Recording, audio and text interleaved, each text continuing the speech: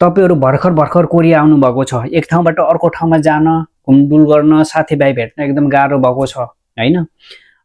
एक ठाउँबाट अर्को ठाउँमा कसरी जाने हैन, अथवा गुगल म्यापलाई कसरी प्रयोग गर्ने भनेर तपाईहरुलाई कुनै जानकारी थाहा छैन भने म तपाईहरुलाई सजिलो तरिकाले सिकाउन गइरहेको छु हैन। सुरुमा आउँदाखेरि कसैले पनि थाहा हुँदैन, पहिलो कुरा हामीले भाषा जानिएको हुँदैन, पहिलो कुरा ठाउँ थाहा हुँदैन कसरी जाने भनेर हैन। आफ्नो साथीभाइसित त्यहाँको ठेगाना मागेर कुन ठाउँमा जाने भनेर काकाउ म्याप प्रयोग गरेर सजिलैसँग जान सकिनुहुन्छ हैन। यसका लागि टेन्सन गर्नु पर्दैन। सुरुमा त गाह्रै हुन्छ। अब आफ्नो कम्पनीमा पुरानो नेपाली दाजुभाइहरु छ भने त सजिलै हुन्छ हैन। आफू पुरानो नयाँ कम्पनी पर्यो, नेपाली साथीभाइ पनि कोही छैन, भाषा पनि राम्रोसँग जानिदैन भने धेरै गाह्रो हुन्छ हैन। अब ढिला नगरी हामी अब सुरु गरौँ है त, काकाउ म्याप कसरी प्रयोग गर्ने भनेर।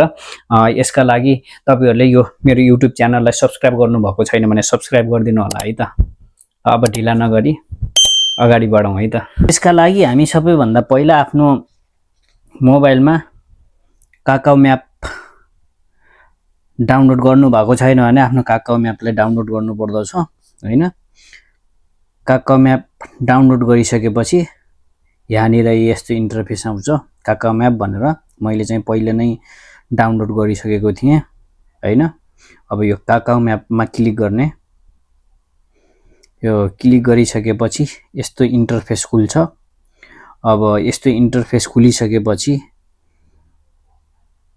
अहिले हामी कुन ठाउँमा छौं त भनेर यहाँ सर्च लेखेको ठाउँमा अटोमेटिक यहाँ टाइप भइसकेको हुन्छ। आफू बसेको ठाउँ तत्काल हामी जहाँ छौं नि त्यहाँ त्यो ठाउँको नाम यहाँ तत्काल इन्टर भइसकेको हुन्छ।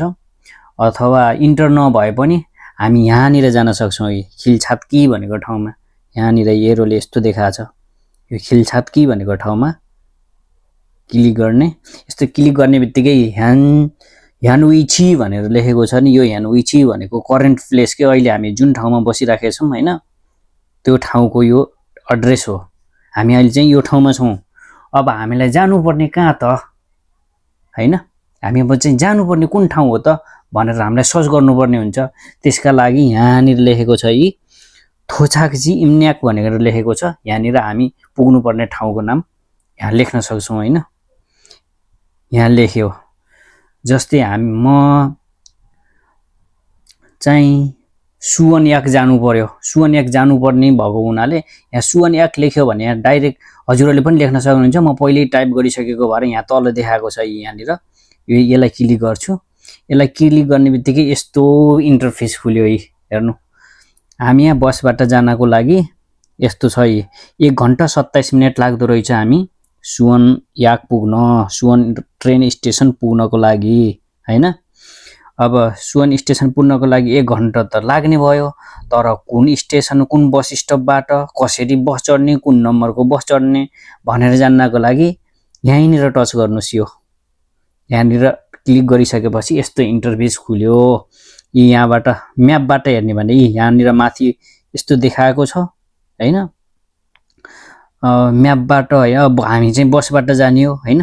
त्यसको लागि यहाँ तलको यसलाई माथितिर स्क्रोल गर्यो भने माथितिर जान्छ। हामीले यहाँनिर हेर्ने हो हैन। यहाँनिर हेर्ने हो। यहाँनिर हामी ख्याङ्गी वासाङसी मान्छेको नाम यो भन्ने ठाउँमा छौं, तर हामी त्यो बस स्टपसम्म पुग्नको लागि यहाँनिर लेखेको छ 3 मिनेट लाग्छ हामी हिँडेर जानको लागि।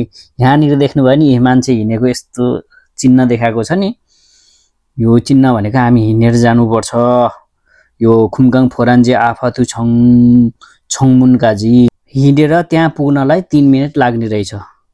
कहाँ भन्दा यो खुमगाङ फोरान्जे आफातु छङमुन भनेको यो बस स्टप हो। यो बस स्टपमा पुग्नुपर्ने भयो हामी 3 मिनेट हिँडेर हैन। अनि त्यहाँबाट गरिसकेपछि हामी यो 12-1, 10 नम्बर, 11-1 नम्बरको बस चढ्न सकिन्छ है। जुन पहिला आउँछ त्यो त्यसमा जान सकिन्छ। यो 12-1 3 मिनेट 5 सेकेन्डमा आउँदैछ हैन। हामी 3 मिनेट 5 सेकेन्डमा त्यो बस आसी त्यो बस चढ्न सक्छौं। त्यो बस चढिसकेपछि हामीलाई 21 मिनेट लाग्दो रहेछ। यहाँ लेखेको छ 21 मिनेट लाग्छ। 14 वटा बस स्टप छन्। 14 वटा बस स्टप पार गरेर हामी खियप उन्याङमा पुग्न सकिन्छ। त्यहाँबाट फेरि अर्को बस चढ्नु पर्छ है। यति कुरा जानिराख्नु। यहाँ देखाएको छ नि हामी सिधै हामी ट्रेन स्टेसन पुगिसकेका छैनौँ हामी हैन, बस चेन्ज गर्नुपर्ने हुन्छ। त्यसका लागि यहाँ 14वटा छाउनी पार गर्नलाई 21 मिनेट लाग्ने रहेछ। 21 मिनेट पछि हामी नामेङ सागरी पुग्ने रहेछौँ हैन। नामेङ सागरी पुगिसकेपछि त्यहाँबाट खियपुनेङमा हामी झर्ने हो। यहाँनिर देखाएको छ है, खियपुनेङनिर हामी झरेपछि हामी फेरि त्यहाँबाट अर्को नामेङ सागरी भन्ने बस स्टप छ, त्यो बस स्टपमा हामी पुग्न सकिन्छ। त्यहाँ जानलाई 3 मिनेट लाग्दो रहेछ त्यो उसबाट ओर्लिएपछि। अनि त्यहाँबाट नामेङ सागरीबाट फेरि हामी कति नम्बरको बस चढ्न सकिन्छ त भन्दाखेरि यो 400 ए भनेर यो दुईटा बस चढ्न सकिने रहेछ है। यो दुईटा बस चढेर पनि हामी 19 मिनेटमा आउँदो रहेछ, एउटा 31 मिनेटमा आउँदो रहेछ हैन। यो दुईटा बस चढिसकेपछि 37वटा बस स्टप रहेछ, 48 मिनेट लाग्ने रहेछ हैन। हामी सुवन्याक झर्न सक्छौँ गएर झरिसकेपछि पनि त्यहाँबाट फेरि 5 मिनेट हिँड्यौँ भने सुवन्याक पुगिने रहेछ।